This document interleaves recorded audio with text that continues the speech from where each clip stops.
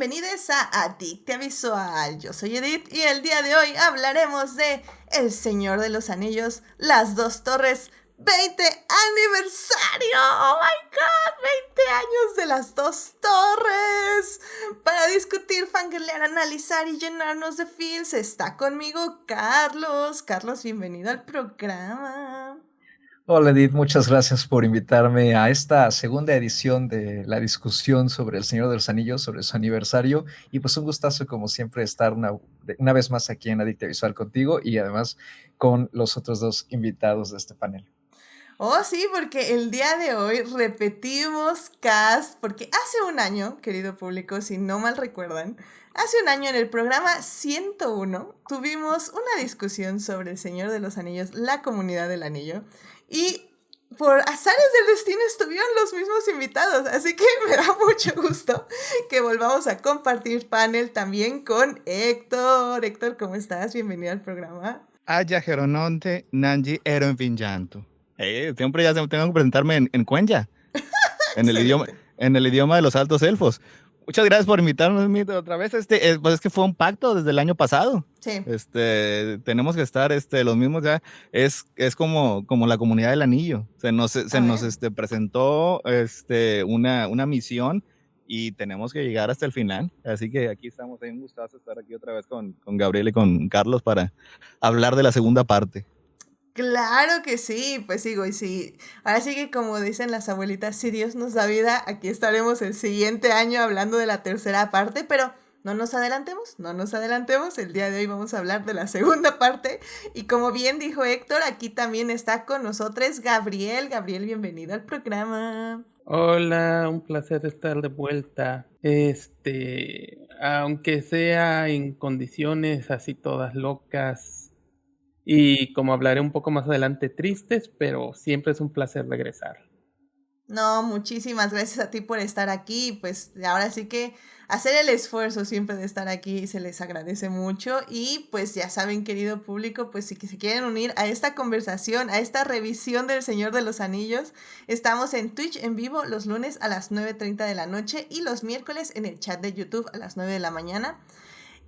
Querido público, es el episodio 150. ¿Qué? ¡Es el episodio 150! ¡Oh, my God! ¡Qué emoción! No lo vamos a festejar como tal, como digo, es un gran festejo ver siempre El Señor de los Anillos, la verdad, no lo voy a negar. Pero vamos ya como a mencionarlo ya como tal, como un festejo en el siguiente programa, que va a ser el de Navidad. Pero bueno, aún así lo quería mencionar y quería agradecerles a todos ustedes que nos escuchan y que hacen posible este programa. La verdad es que 150 programas se piensa fácil, pero ya cuando se voltea hacia atrás dices, wow, es demasiadas horas hablando de cine y series, así que... Y no estás contando los adictos bebés y no ese estoy tipo contando. de cosas. Sí, no, Okay. Los adictos bebés son aparte, son su propio milestone. Entonces, sí, no, la verdad les agradezco muchísimo el apoyo y pues hablando de apoyo, muchísimas gracias a nuestros mecenas Juan Pablo Nevado, Melvin Jiménez, Saulo Tarso, Adnan, Ximena, Fernando y Héctor, que bueno, pues son nuestros Patreons y pues ya que gracias a ellos, pues este programa ya también ha tenido como ciertas mejoras y próximamente sí ya estoy trabajando también en un makeover de imagen, pero es a ver si se nos da para iniciar el próximo año. Y bueno, también rápidamente nada más quiero agradecer que ya tenemos más de 600 suscriptores en YouTube. ¿What? Puros milestones. Tanto que lo peluceas, pero como quiera ahí está. No lo peluceo, por eso lo estuve renovando y por eso ya se publica Adictia Visual en 3 partes y así, para que sea como más accesible a nuestros fellows centennials que les asusta ver un programa de 3 horas. Al menos, tal vez les asusta ver uno de 1 hora, pero pues al menos ya no son de 3 horas. pero bueno, en fin. Entonces, en sí, sé que no estamos festejando oficialmente, pero estamos festejando extraoficialmente tanto los 600 suscriptores de YouTube como los 150 programas de Adictia Visual. Así que pues muchísimas gracias y estoy pensando que podía haber sido mi Salvando lo que amamos, maldito sea. Pero bueno. Todavía se puede. Puede ser, ¿cómo se dice? Retrospectivo. Puede ser Es, retrospectivo. es tu podcast, puedes hacer lo que quieras. Amén a eso, amén a eso. Ahorita voy a pensarlo seriamente. Pero bueno, querido público, pues antes, evidentemente, de hablar de esta grandiosa película, primero tenemos que salvar lo que amamos.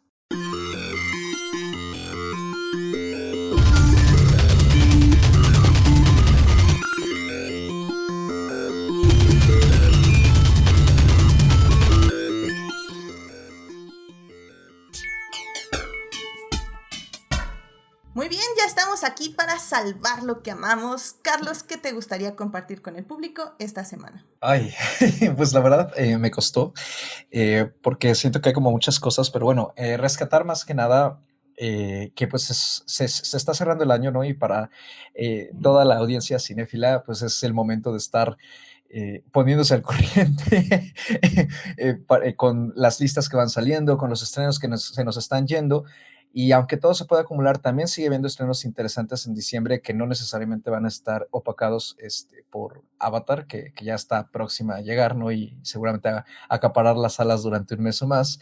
Pero me gustaría resaltar dos películas que acabo de ver recientemente, que son Aftersun y Bones and All, Hasta los Huesos. Bones and All está en cartelera, bueno, Aftersun también, las dos están en cartelera aquí en México. Y muy pronto Aftersun, el 6 de enero, estará disponible en Movie. Así la pueden volver a ver si es que ya la vieron o verla por primera vez. Y la verdad es que creo que son de los dos trabajos bastante interesantes. Bones and All es lo nuevo de Luca Guadagnino y repite el reparto con Timothée Chalamet y es un romance caníbal, por así decirlo, y la banda sonora me pareció bellísima y creo que la película funciona bastante bien en general. Entonces, si les gusta una mezcla de romance con road trip, con coming of age, con un toque de horror y más aparte el canibalismo, creo que puede ser su opción. Me encanta, me encanta. Si les gusta el canibalismo y yo, fan de Hannibal, evidentemente le estoy apuntando. A mí en lo personal me parece que la película, lejos de irse por caminos obviamente fáciles, parece ser que sí los toma, pero tiene muchos detalles que a mi gusto le dan un toque muy especial y está en varias listas de lo mejor del año y pues puede ser que a lo mejor le agrade a alguien de la audiencia, ojalá si toman la recomendación la disfruten. Y Aftersun, que es el debut como directora de Charlotte Wells, es una producción británica sobre un joven papá de 30 años que está vacacionando en Turquía con su hija de 10 años, 10, 11 años. Y está protagonizada por Paul Mescal, quien saltó a la fama con Normal People y quien está pues, prácticamente entrando ya al mundo del cine con el pie derecho. Y está catalogada como una de las mejores películas del año también. Es una especie de remembranza de esas vacaciones por parte de la niña, ¿no? De la protagonista. Se acuerda de esos días que pasó con su padre en Turquía y reflexiona un poco sobre esos lados que su papá no le dejó ver porque claramente traía varias cosas cargando. Y también creo que es una película muy bonita, juega mucho con el medio, eso creo que es lo que más aprecié. Y la verdad es que la pienso volver a ver. Y pues nada más, yo creo que con eso es de lo que más he disfrutado en el año, las dos películas, y pues la verdad las recomiendo bastante. Muchísimas gracias, Carlos. Sí, de hecho, a mí me molesta, la verdad, que saquen sus listas de lo mejor del año a inicios de diciembre. O sea, es Sí, como, ya sé. no manchen. Pero al mismo tiempo digo, ok, está bien, porque así armo mi lista de lo que me falta ver. Entonces es esta dualidad que se está peleando continuamente dentro de mí. Pero sí, Aftersun yo ya la tenía súper anotada desde hace mucho tiempo, ya la quiero ver, tengo muchas ganas de verla. Y tenía como medio miedito de la de Chalamet, de Bones and All, porque había oído cosas muy buenas y había oído cosas muy malas. Pero la verdad ya con tu recomendación, o sea, me voy a aventar 100% porque no me molesta Chalamet, me cae bien. Y, bueno, digno, Y pero te bueno. ganó el canibalismo, acéptalo. Y canibalismo, sí, claramente. Es algo que siempre se disfruta mucho ver en pantalla. Entonces, entonces sí, muchísimas gracias por las recomendaciones, sobre todo porque están en cines, si quieren ir a verlas, creo que es una muy buena oportunidad. Probablemente yo aplique el consejo de Chris, que hace un rato que no viene aquí al programa, pero que su consejo sigue latente, donde se compra el boleto de cine, pero se ve en casita. Así que Como sea, creo que váyanlas a ver. Por principio no voy a ver Avatar, así que no va a haber reseña de eso, definitivamente no la voy a ver. Así que prefiero apoyar estas pequeñas películas que se van a hacer, evidentemente, tragadas, por decirlo de alguna forma, con ese estreno. Pero bueno. Yo te recomendaría primero ver la de Guadañino en todo caso, porque esa yo creo que va a perder lugar más pronto. Ok. Y finalmente Afterson va a estar en movie en 3 semanas. Entonces. Claro. Entonces sí, bueno, pues me parecen increíbles las recomendaciones. Muchísimas gracias, Carlos. Y evidentemente estaremos al pendiente de tus previos de lo mejor del año. Y pues ya cuando lo publiques, ya sea a finales del mes o a inicios de enero, ahí veremos qué fue para ti lo mejor del año. A finales de enero, probablemente, para cómo voy poniéndome al corriente, o sea. Muy bien. Me gusta que tú eres como, voy a ver todo, o sea, no se acaba en diciembre, se acaba en el momento que acabo de ver todo lo que tenía que ver. Perfecto, muchísimas gracias, Carlos, por compartir esto con el público. Héctor, ¿qué te gustaría compartir con el público esta semana? Bueno, como probablemente saben, el autor del libro que está basado en la película que vamos a hablar hoy, pues falleció hace 49 años ya. El próximo año cumple 50 años de haber fallecido J.R.R. Tolkien. Pero como en vida dejó muchas notas, dejó mucho material, se siguen publicando libros basados en su obra. Hace un par de años falleció el encargado principal, que era su hijo Christopher Tolkien, pero como quiera, los herederos como quiera siguen publicando libros de su autoría. El más reciente que se publicó, creo que hace un mes, creo que fue el 15 de noviembre, es The Fall of Númenor. Y es una recopilación en general de material que ya había sido publicado en otras ocasiones, en los apéndices de Lord of the Rings, en Unfinished Tales y en The History of Middle-earth. Pero algunos de esos materiales son muy pesados de leer, o sea, la historia de Tierra Media son 12 volúmenes, son miles y miles de páginas, que es un trabajo académico de la manera en la que se escribió toda la obra de Tolkien. Así que han ido sacando libros como que son un poquito más fáciles de leer, un poquito más fáciles de digerir, y este es uno de ellos. Trata sobre lo que es la segunda era de Arda, del Legendarium de Tolkien, lo que es la creación de Númenor, varios de sus reyes y lo que es su eventual caída, el ascenso de Sauron, la primera vez que fue derrotado, la creación del anillo, de una manera cronológica. Todo el material está así, está muy bien ordenado, está muy sencillo de leer. Y por ejemplo, si les interesa lo que es este mundo que creó Tolkien, o si vieron The Rings of Power y quieren un poquito más de conocer así del material, tener un poquito más de contexto, este es un libro excelente para leer. O sea, todo está basado en Tolkien, tiene ciertas así como que ediciones para que ciertos nombres, ciertos eventos sean congruentes dentro de lo que ya fue publicado, dentro del Silmarillion y dentro de Lord of the Rings. Pero digo, o sea, en general es muy disfrutable, es muy completo, y si no han leído lo que son estos otros libros que ya fueron publicados antes, es muy recomendable. Incluso si los leyeron como quiera, pues denle otra leída, así como que para absorber mejor lo que es el material en contexto, así ordenado de una mejor manera. Está muy bonito, tiene ilustraciones de Alan Lee, está disponible pues, obviamente en digital, pasta suave, dura, edición de lujo, etcétera, etcétera, etcétera, así para que lo chequen y lo lean en esta temporada navideña. Ah, excelente, muchísimas gracias. Siempre traes acuerdo al tema del Salvador que vamos, así que me gusta. Así es, sí, siempre así, siempre intento hacerlo. Muy bien. Y bueno, esperemos que tal vez este libro lo lean los próximos showrunners de Rings of Power. No creo, pero siempre se puede esperar lo mejor. Mira, o sea, sí, un pequeño comentario. Yo no cuestiono el conocimiento de Tolkien de los showrunners de Rings of Power. Cuestiono sus habilidades creativas, porque no es lo mismo. O sea, estoy seguro que conocen el material, pero es lo demás el problema. Muy bien, muy bien. Pero bueno, siempre tenemos la literatura y me parece una gran recomendación, The Fall of Númenor. Así que muchísimas gracias, Héctor, por traer esto al programa. Gabriel, ¿a ti qué te gustaría compartir con el público esta semana? ¿Ves? Mira, originalmente quería compartir la última película del Toro, que es Pinocho, porque la verdad sí me quedó con mucho que decir. Pero la verdad me acabo de enterar que hace unas pocas horas falleció Angelo Badalamenti y quisiera que él fuese mi Salvando lo que amamos.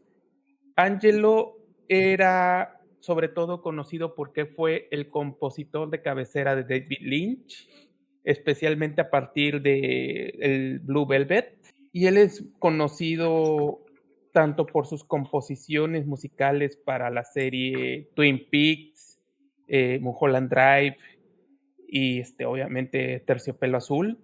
También tenía pequeñas participaciones en escenas maravillosamente caóticas y extrañas, por ejemplo en Mulholland Drive.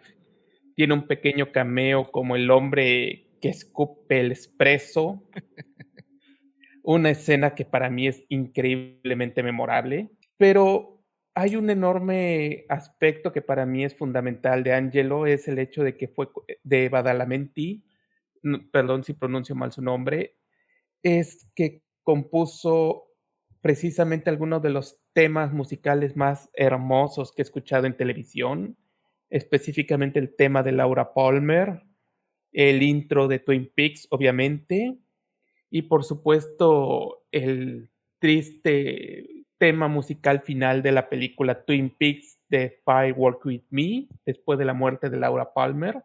Badalamenti era un compositor que tenía un método un poco extraño de trabajar con Lynch, porque es famoso que los dos se sentaban, Lynch le decía con palabras lo que él quería y él improvisaba la música en el momento, y eso era lo que iba creando las composiciones musicales. Y sin embargo, ese aspecto medio extraño y caótico es lo que le daba mucho de su aspecto más natural, emocional y todo, porque básicamente trataba de componer lo que Lynch le describía en el momento. Y la verdad se siente como el final realmente de una época, porque aunque no es un compositor tan prolífico que digamos a comparación de otros, o tal vez sí, pero no es tan famoso, pero diría que era uno de los más memorables que ha existido y que dejó marca para siempre en la historia del cine y la televisión. Mira que la verdad es que siempre que traen así personas que fueron tan importantes y que realmente pues sí, estamos de muchas formas llorando su partida, llorando su muerte, pero al mismo tiempo me gusta que hablemos de estas personas porque justo eso, recordamos lo que nos dejan, lo que, cómo dejaron su marca en este mundo. Y pues la verdad yo no sé mucho de David Lynch, yo no conocía a Angelo Badalamenti, igual yo no sé si lo estoy Badalamenti. Badalamenti. Pero sí sé que mucha gente sí lamentó mucho su pérdida y pues qué bueno que nos lo traes igual para conocerlo y para que también los escuchas y pues yo también nos echemos un clavado en su filmografía, por decirlo de alguna forma, y pues también conocer cuál fue su trabajo. Así con que escuches el tema de Laura, con que escuches el tema de Laura Palmer, es el tema que define Twin Peaks, uh-huh. y el detrás de cámara es también el fabuloso. Intro de Twin Peaks también claro, el intro de Twin Peaks. El intro de Twin Peaks. Pues bueno, vamos a escucharlo y a disfrutarlo y pues a recordarlo siempre por todo lo que dejó aquí para el cine y para la televisión también, evidentemente. Así que bueno, pues muchísimas gracias, Gabriel. Y sí, tal vez ya en otro programa que no es Adictia Visual tendremos que hablar de Pinocho. Yo también tengo cosas que decir al respecto. No, tal vez no. ¿Quién sabe en cuál programa? Pues no sé. ¿Quién sabe en qué programa? Dicen que tengo otro programa. No lo sé. Así que tendré que leer el contrato. A ver si se aplica. Pero bueno. Bueno, yo si a alguien le interesa, justamente voy a hablar de Pinocho en mi siguiente programa, pero si la película les gustó, les aconsejo no escucharlo. Ah, ok, entonces sí me puedo ir. No, la verdad Entonces no. Sí. no, yo no me voy a asomar entonces. Sí, creo Y en el que. otro podcast de Edith, no creo tampoco que se toque mucho el tema, así que... Perfecto, me voy con Carlos. ¿En Ya. serio soy el único que amó la película? No, la verdad, mucha gente la amó. Mucha gente. Yo sé que Sí. estoy en la minoría. Yo también sé que yo O estoy en sea, la minoría. No te encontraste en el programa de la minoría, o sea, realmente. Ajá. Sí, pero yo sé que sí. mucha gente la amó. Muchísima, sí, sí. Y lo entiendo. Literalmente entiendo por qué la amaron. Nada más no comparto ese amor. Pero en fin. Eso hablaremos en otra ocasión. Yo admiro la paciencia porque a mí me exasperó al minuto 15, pero bueno. En fin, bueno. Pues muchísimas gracias, Gabriel, por traer Salvando lo que amamos. Y pues sí, vayan a ver Pinocho. O sea, al final del día es un logro de stop motion. Es muy bella visualmente. Y pues como siempre, pues hay que hacerse de su propio criterio. Así que vayan a ver y pues coméntenos a ver qué les pareció, tanto en plano secuencia como en crónicas, que creo que no van a hablar, pero y como aquí en Adicta Visual, que tampoco vamos a hablar, pero también me encantaría saber Bueno, su opinión. uno nunca sabe lo que depara el futuro. Amén, amén. Luego preguntas por qué ya no me asomo tanto. En fin, Bueno, sí. tengamos Bueno. al doctor Gabriel aquí, por favor. No. En fin, pues miran, ya para cerrar esta bonita sección, yo nada más quería compartirles mi Salvando lo que amamos. Sí, quería, tal vez hubiera sido buena idea hablarles de lo feliz que estoy por tanto su apoyo en Patreon, como pues tener ya 150 programas, como por los 600 suscriptores de YouTube. Lo voy a dejar para la próxima semana. Y también quería decirles que ya acabé de leer lo que lleva actualizado la fanfic que les mencioné en mi Salvando lo que amamos de la semana pasada, The Trials of Myrion. Ya la acabé a lo que está actualizada. Uf, no, o sea, wow. O sea, no, estoy así como refresh, porque necesito el siguiente capítulo y no lo ha publicado. Que por cierto había dicho que la autora probablemente era una escritora de libros. Eso no es cierto. Eso me pasa por no hacer bien mi investigación antes de decir Salvando lo que vamos. Pero bueno, ella sí es una guionista para televisión. Entonces sí tiene experiencia escribiendo, evidentemente. Nada más que no es de libros, sino de que guiones para televisión. Y bueno, pues ahí avísenle que estoy aquí pacientemente esperando su update del capítulo porque está muy buena, en serio, me encantó y wow, ojalá, a ver, ya les diré cuando actualice y ahí me verán en Twitter, ahí me fui a gritar a Twitter un rato porque sé que ahí anda en Twitter la autora, entonces le tenía que decir cuánto amaba su fanfic, pero bueno. Entonces, nada más quería mencionarles el día de hoy que Variety sacó, igual está sacando como listas de lo mejor del año. Y entre ellas sacó lo mejor en parejas o de personajes parejas de la televisión. No necesariamente parejas románticas, pero sino más bien como las mejores dinámicas entre dos personajes de una misma serie. Y mencionó varias que estaban bastante interesantes, entre ellas dos series que la verdad tengo mucha curiosidad de ver. Una, de hecho, creo que la mencionó Christopher hace mucho, Salvando lo que amamos, Abbott Elementary, creo que se llama. Y The Bear, que también me interesa mucho ver y ya voy a tener que descargar. que está en Star Plus, digo, entonces hay que verla ahí en Star Plus. Pero Suscribirse a Star Plus. suscribirse a Star Plus, efectivamente.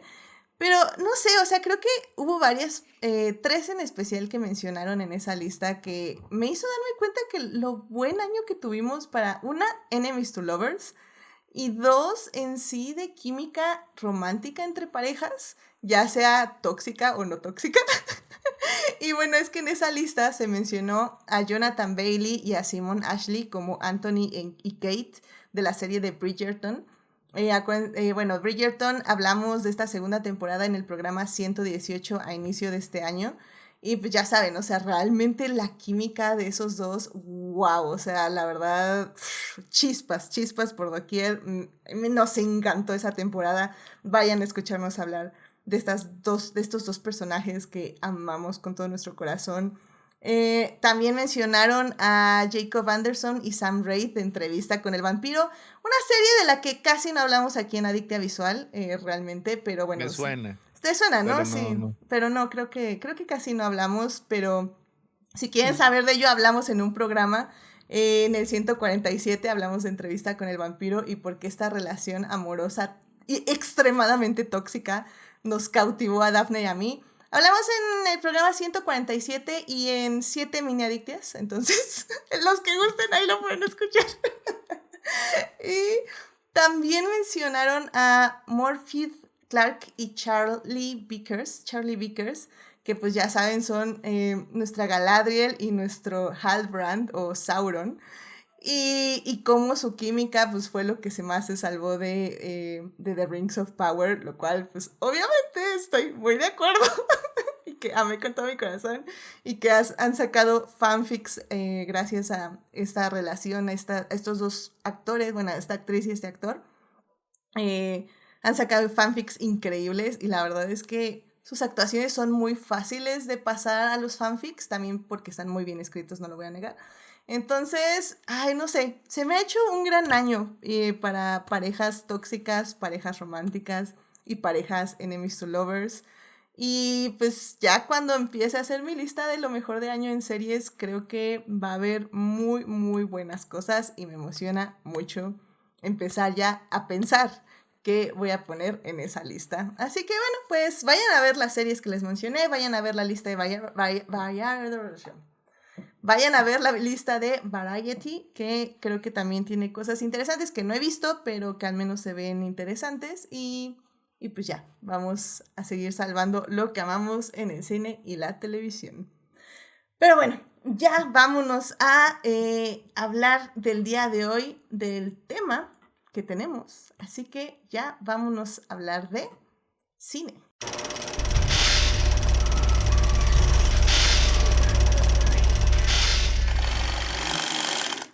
Muy bien, ya estamos aquí para hablar de cine y en esta ocasión vamos a hablar del 20 aniversario de El Señor de los Anillos, Las Dos Torres. Esta película se estrenó en el 2002, está dirigida por Peter Jackson y bueno, pues es la segunda parte de la trilogía del Señor de los Anillos. Como ya digo, cumplió 20 años. La película la pueden ver en Prime Video y la pueden ver en HBO Max en su versión normal y en su versión extendida. Por fin, sí podemos recomendar HBO Max, yo la vi ahí, se ve bien, no vi ningún problema. Es que es de Warner. Sí, entonces ahí no hay falla definitivamente en HBO Max, así que vayan a disfrutarla porque en una de esas ya la quitan, así que con todas las renovaciones que están haciendo, uno nunca sabe, así que vayan a disfrutar ahí la versión extendida. Y bueno, pues para hablar de esta magnífica película, en la primera parte vamos a hablar de cómo funciona esta cinta como parte de la trilogía, como una película de transición. En la segunda parte vamos a hablar de los cambios del libro a la película. Y en la tercera parte vamos a hablar un poco de la narrativa del camino del héroe. Así que bueno, pues sin más, querido público, vámonos a la primera parte. It is not a donut hole, but a smaller donut with its own hole. And our donut is not a hole at all. Muy bien, ya estamos aquí en la primera parte de este programa. El día de hoy estamos hablando de El Señor de los Anillos, Las Dos Torres, que cumple 20 años de haberse estrenado. ¿Qué? Sí, se estrenó en diciembre del 2002, hace 20 años. La película está dirigida por Peter Jackson, como ya les comentaba. Y pues, como les decía, la pueden ver en Prime Video y en HBO Max. En HBO Max está en sus dos versiones, en la versión de cines y en la versión extendida. Y digo, nada más para que sepan, o más bien les recuerdo que hace un año hablamos del Señor de los Anillos, La Comunidad del Anillo. Hablamos de esta película en el programa 101. Tenemos al mismo panel de invitados para discutir nuevamente esta película. Bueno, nuevamente sobre la trilogía del Señor de los Anillos. Y en ese programa hablamos de la literatura de Tolkien, de donde está basada la película, que es en el libro del mismo nombre, El Señor de los Anillos, escrita por J.R.R. Tolkien. Ahí hablamos de la literatura en ese programa, hablamos de la producción, porque, digo, nada más como para recordarles, la producción literalmente fue un monstruo, ya que se grabaron las 3 películas al mismo tiempo. De eso hablamos en ese programa, así que vayan a escucharlo y evidentemente hablamos de La Comunidad del Anillo, la primera parte de esta saga.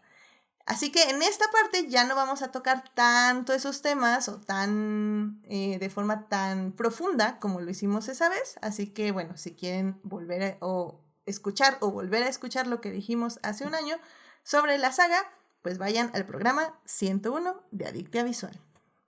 Pero bueno, ahora en esta ocasión ya vamos a hablar de Las Dos Torres, que es esta cinta donde pues básicamente se continúa la aventura o donde nos quedamos, que básicamente es, dejamos ya a nuestros personajes muy separados, ya cada quien está yendo, esta comunidad que inició con la misión de ir a lanzar el anillo de Sauron al volcán, ¿cómo se llama? Mount Doom. Mount Doom. Mount Doom. Orodruin. Perfecto. Se tuvieron que separar por diferentes razones. Entonces Frodo y Sam se encuentran en camino a Mordor para destruir el anillo. Merry y Pippin se encuentran secuestrados por los orcos de Saruman, mientras que Aragorn, Gilmy y Legolas están tratando de rescatarlos, así que van atrás de ellos, literal, atrás de los orcos, corriendo como locos.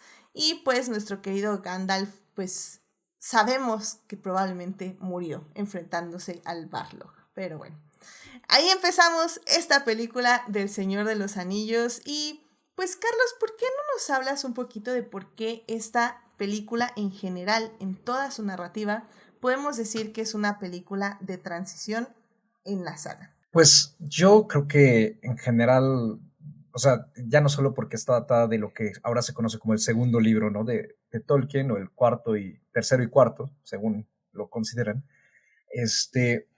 Vamos, creo que es justamente la película puente, ¿no? Entre lo que inició y la conclusión, ¿no? Y podría decirse que de cierta forma es donde está una buena parte del nudo de la novela o de la historia en general, a pesar de que la primera parte también tiene sus conflictos.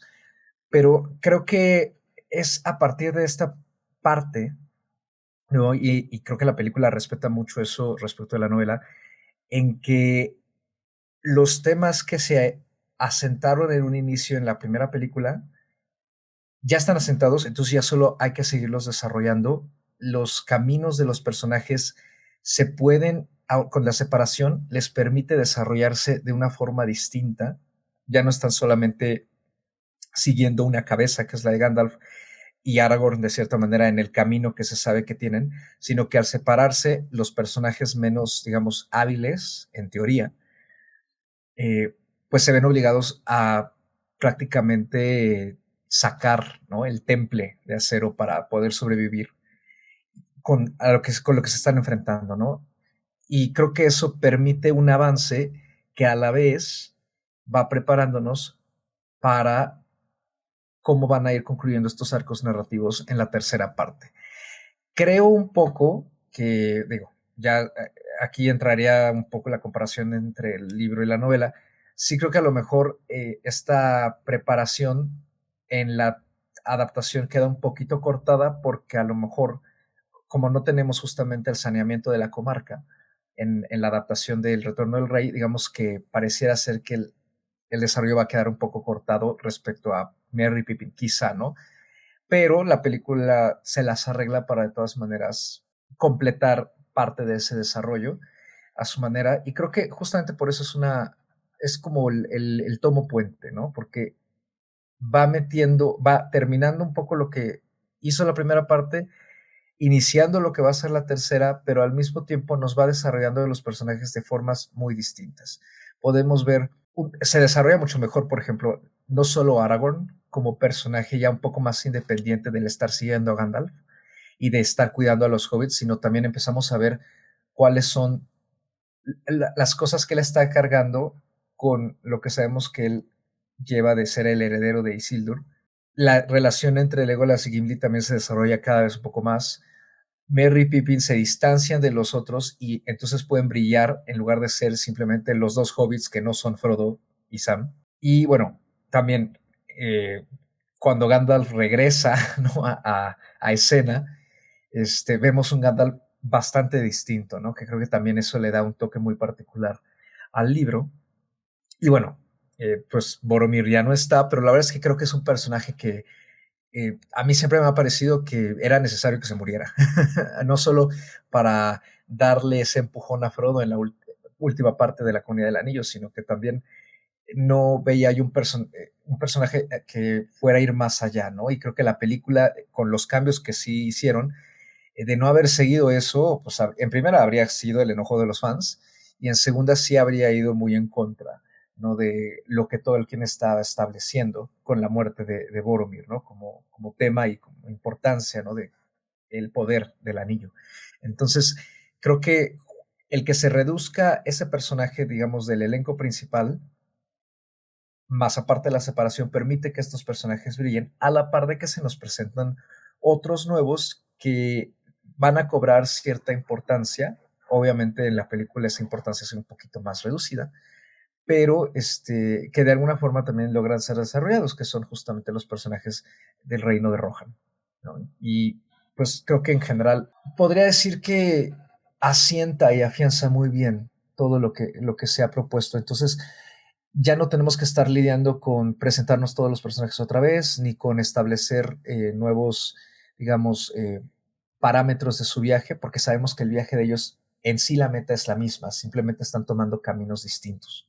Ajá. Y al saber también que es transición, pues no hay como una prisa tal cual de llevar la conclusión de cierta forma, ¿no? O sea, porque sí, se tiene que llegar al terminar la película a cierto punto, hay que llevar a los personajes a cierto punto, pero en ese transcurso podemos explorar mucho el camino, el viaje por el que están pasando, porque finalmente lo que ya se tiene designado para la tercera parte solo puede ocurrir ahí, ¿no? Entonces, creo que en ese sentido la película es menos acelerada que La Comunidad del Anillo, eso recuerdo que lo comentamos aquí el año pasado, que digo, en parte es por lo que funciona, ¿no? También como adaptación, La Comunidad tiene esa urgencia y es muy buena para presentarnos a todos los personajes en menos de 15, 20 minutos. Pero aquí ya no hay esa prisa como tal, ¿no?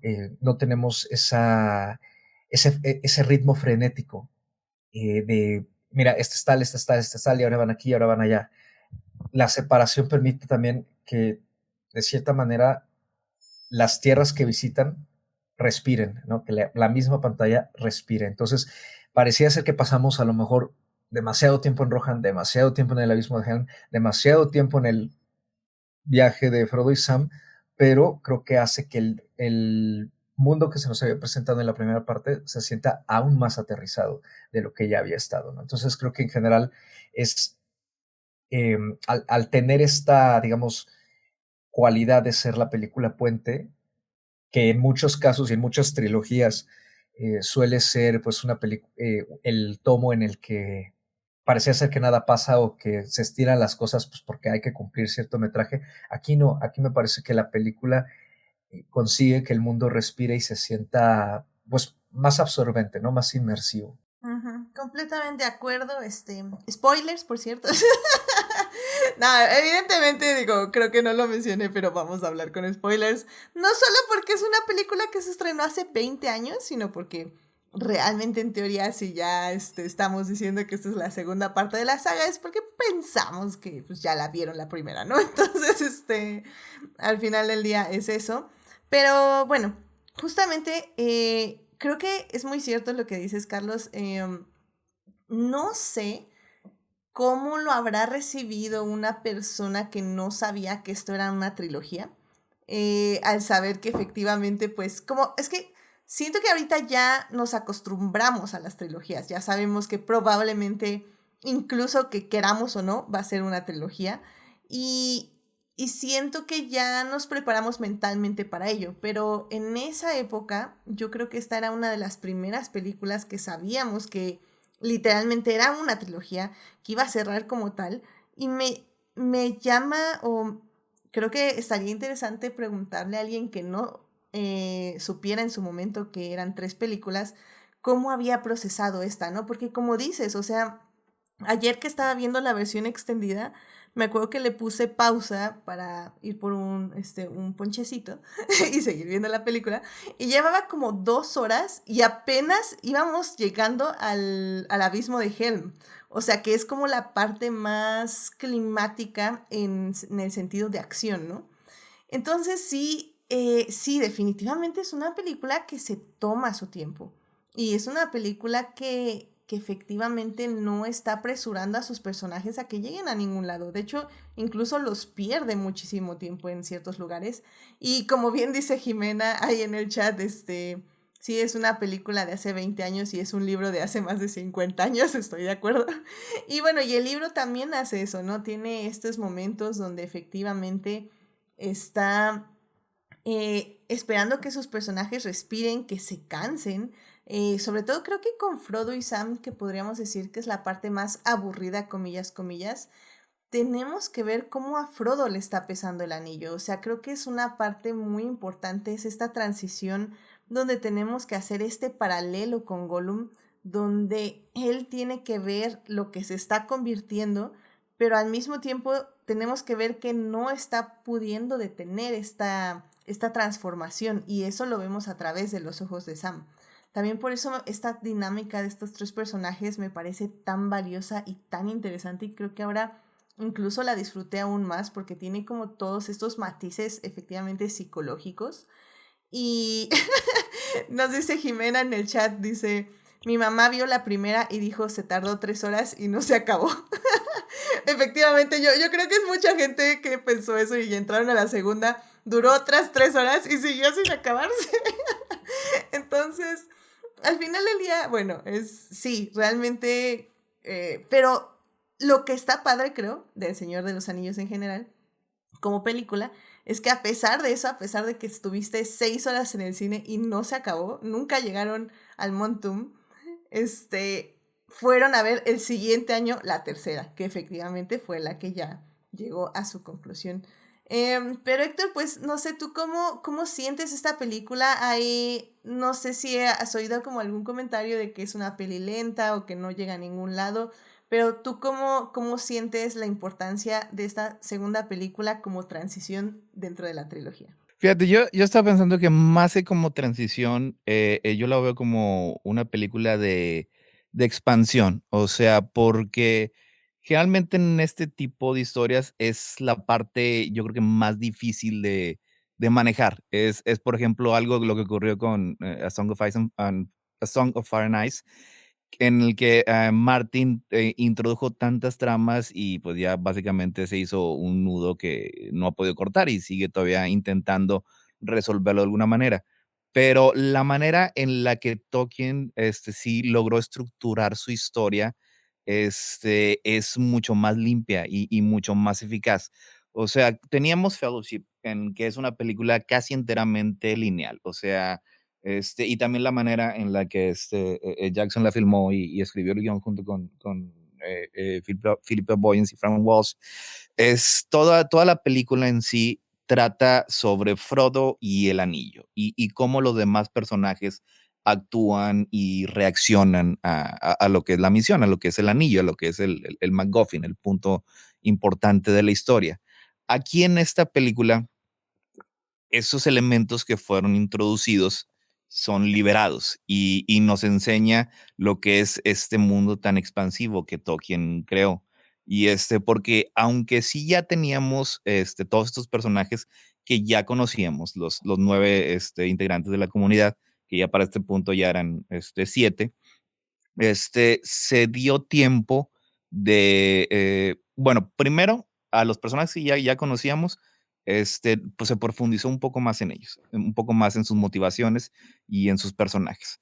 Pero introdujo lo que es toda esta nueva civilización, o sea, son la marca, los jinetes de Rohan, que viene junto con toda su estructura política, viene con todo su conjunto de personajes. O sea, tenemos al rey Theoden, tenemos a Eowyn, tenemos a Eomer, tenemos a Grima también, y pues yo creo que también de manera tan igual muy importante, ya introducido completamente es Gollum. O sea, y todos estos personajes hacen que la historia tome una longitud mucho más amplia. Y es ahí cuando esto se podría ya convertir ya en el nudo. Pero, o sea, gracias a que tenían el material fuente tan bien establecido, Jackson como quiera logra contar la historia de una manera clara sin básicamente hacer que nos perdamos. O sea, porque aquí ya tenemos, ya son tres historias distintas, ¿no? Las que tiene que cortar y editar entre una y otra sin que se pierda el ritmo de la película, sin que se pierda el espectador. También nos introduce a Faramir, que es muy importante, es el hermano de Boromir, que también sirve también para contarnos un poquito más de por qué Boromir actuó de la manera en la que hizo. Porque sí, unas críticas que sí le tengo un poco a la trilogía es que si bien Tolkien era un poco más sutil o era un poco más ambiguo en la manera en la que presentaba el bien y el mal, o sea, porque siempre se le tacha de maniqueísta, pero nunca ha sido tan claras las distinciones. Y Tolkien y Jackson en la película, por distintos motivos narrativos, y tal vez incrementa algunos ciertos elementos de los personajes de manera negativa, que yo creo que eso lo vemos muy claramente en la siguiente, lo veremos el próximo año con Denethor. Pero con Boromir, no fue así. O sea, y aquí pues ya se establece que pues básicamente era una persona pues, relativamente heroica, que lo único que quería era ayudar a su pueblo y complacer a su papá, a Denethor. Y como parte de estos problemas familiares, pues también ya tenemos a Faramir. En general, o sea, cómo esta película sirve para presentar, o sea, todos esos personajes, introducirlo al público, mientras mantiene lo que es la carga emocional, porque es algo que tiene esta película muy, muy constante, la manera en cómo es capaz de crear una reacción emotiva en la audiencia. Yo creo que es todavía mayor de lo que era en Fellowship, porque lo que es el clímax de esta película, pues la verdad es fantástico, que yo creo que es algo que Jackson tuvo mucho en cuenta, o sea, porque a pesar de que obviamente no podía iniciar esta película, porque en la película anterior, y no podía terminar, como quiera, tuvo mucho empeño en que al menos de una manera narrativa tuviera un inicio y tuviera un final. Si bien obviamente no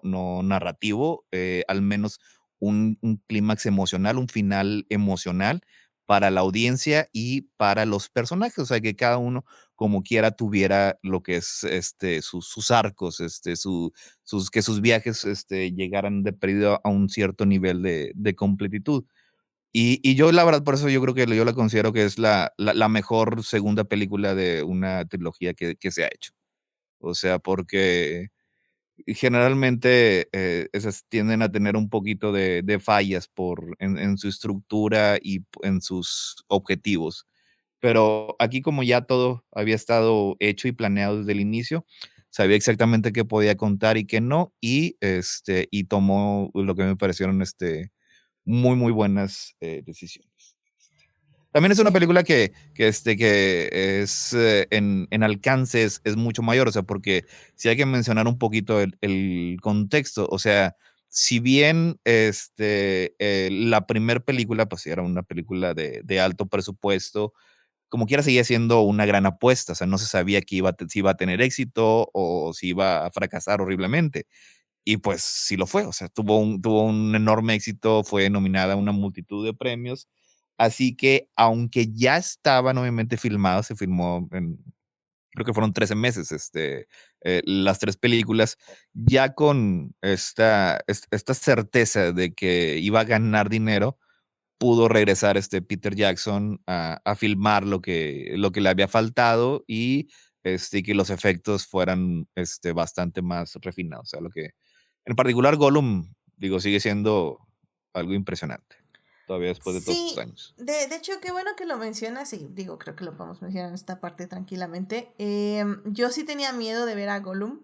Bueno, a ver, rápidamente nada más. Efectivamente, la película fue nominada para muchos premios.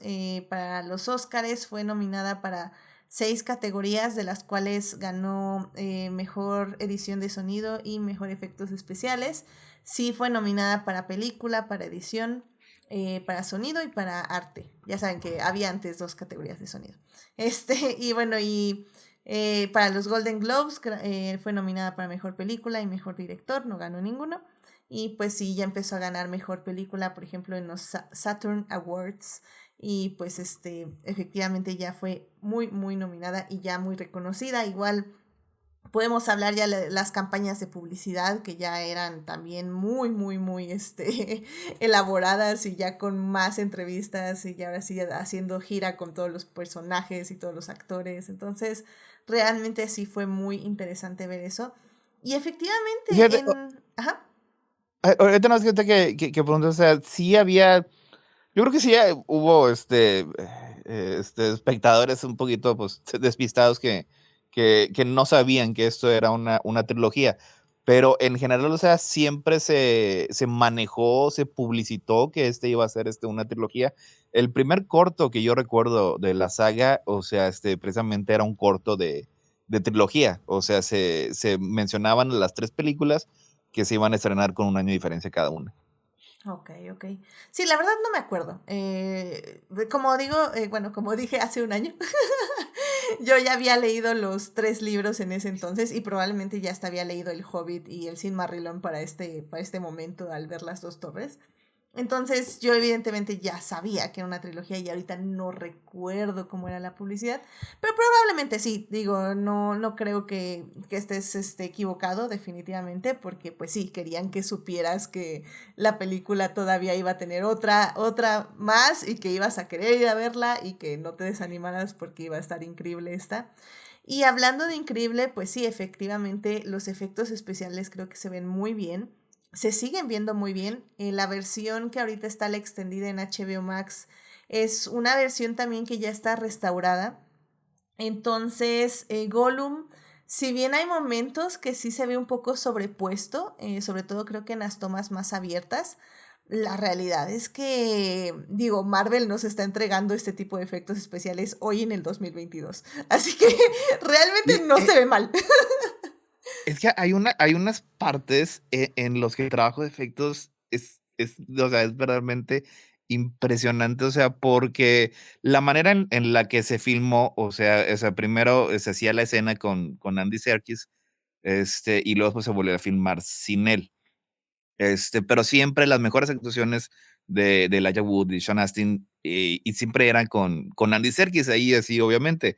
Así que, pues ya lo que acabaron haciendo es básicamente fue rotoscopiar a Andy Serkis, o sea, borrarlo como se borra en Photoshop manualmente, cuadro por cuadro, nada más para sacarlo a él y sobreponer a Gollum. Pero hay varias ocasiones en las que, pues todavía queda o sea, dejaron obviamente las partes en las que Andy Serkis estaba interactuando con el medio ambiente, que la verdad se ven fantásticas, o sea, cuando está en el río, cuando están moviendo las cosas en el piso, o sea, esos son grandiosos efectos todavía años después. Completamente de acuerdo. Y pues Gabriel, ya para cerrar esta sección, pues nada, ¿cuáles fueron así tus pensamientos al ver las 2 torres y como una película donde sabías que todavía faltaba una tercera parte, pero que podías disfrutar al menos todas estos desarrollos de personaje?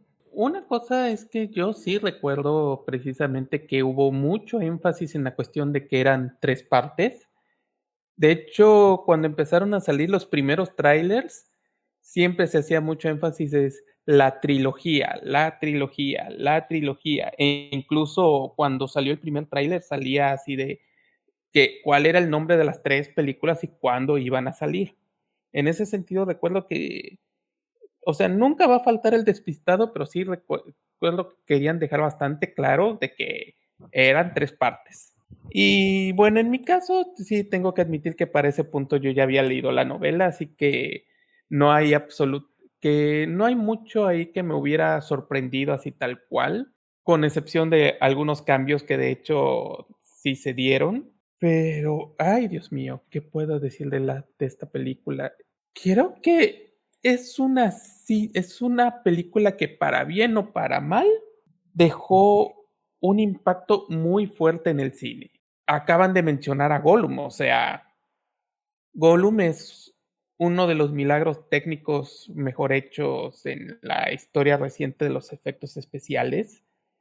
Es un milagro de la tecnología que no ha envejecido para nada mal, pero también en cuestiones narrativas, o sea, dejó un aporte no solo en cuestiones como, por ejemplo, creo que fue fuente de alguno de los primeros memes de la internet, como el infame llevan los hobbits a Isengard.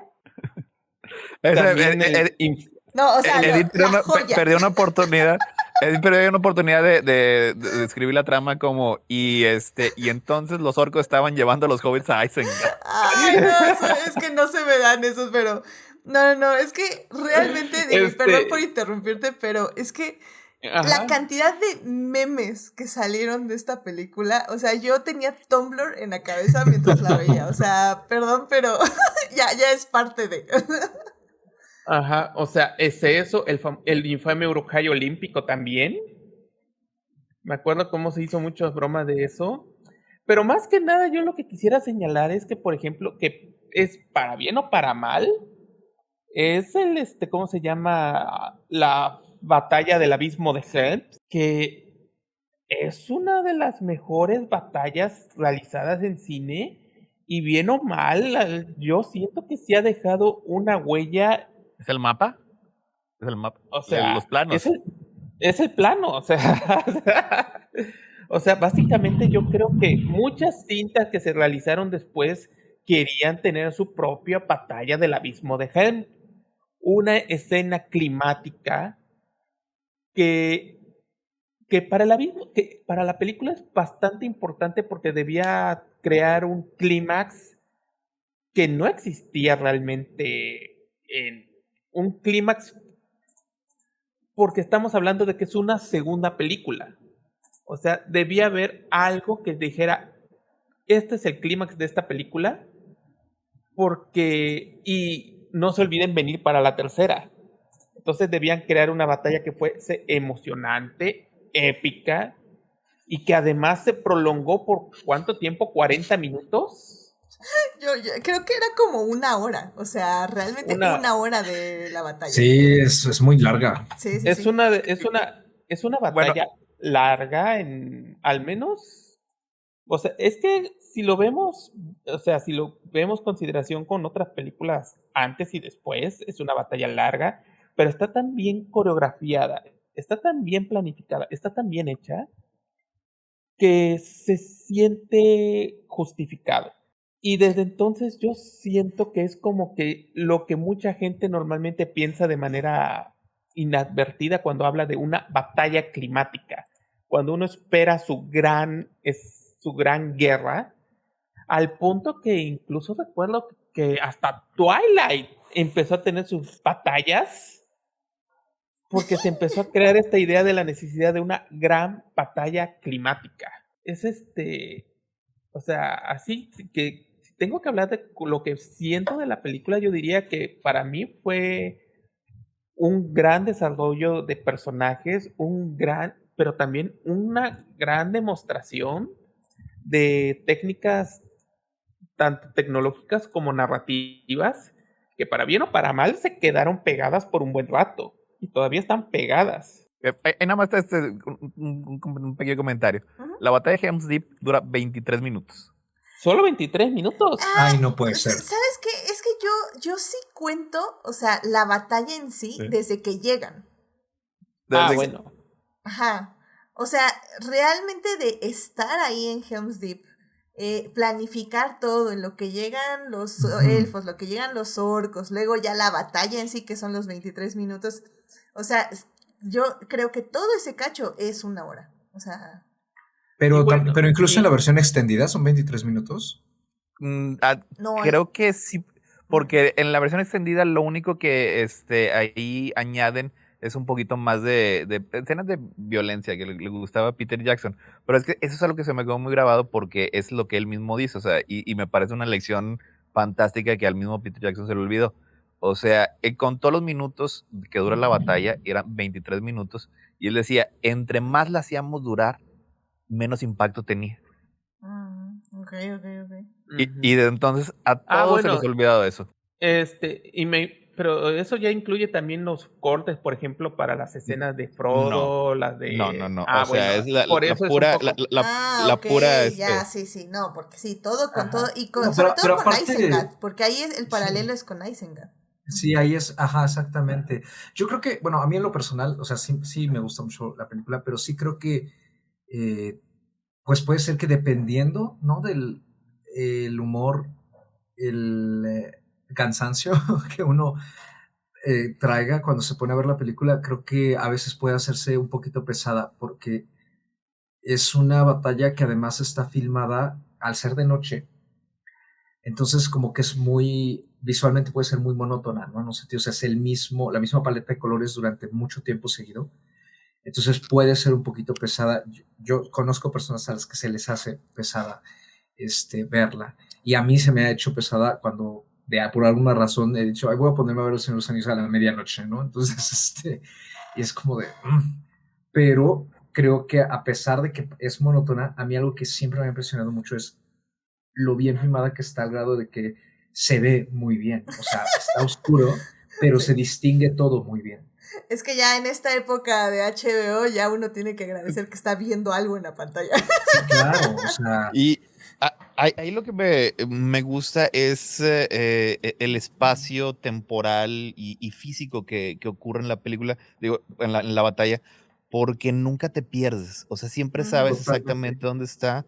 Jackson te establece bien lo que es la geografía de la locación en la que se va a desarrollar la batalla y siempre te mantiene al tanto y logra un balance entre lo que son las escenas de pelea entre CGI, dobles y lo que sea, y con lo que son las tomas de nuestros héroes, personajes principales, peleando, y también se dan el tiempo de mostrar por qué están peleando. O sea, porque sin ese punto en particular, esas peleas resultan muy huecas, resultan muy vacías, están peleando nada más porque sí, o sea, porque uno está del otro lado.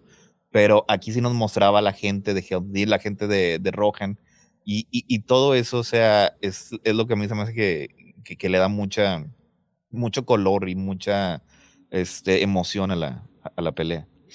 Completamente de acuerdo. Pero miren, justo ya para profundizar un poquito más todas estas partes, yo creo que nos podemos ya ir a la segunda parte de este programa. Así que pues vámonos para allá, así que acompáñenos a la segunda parte.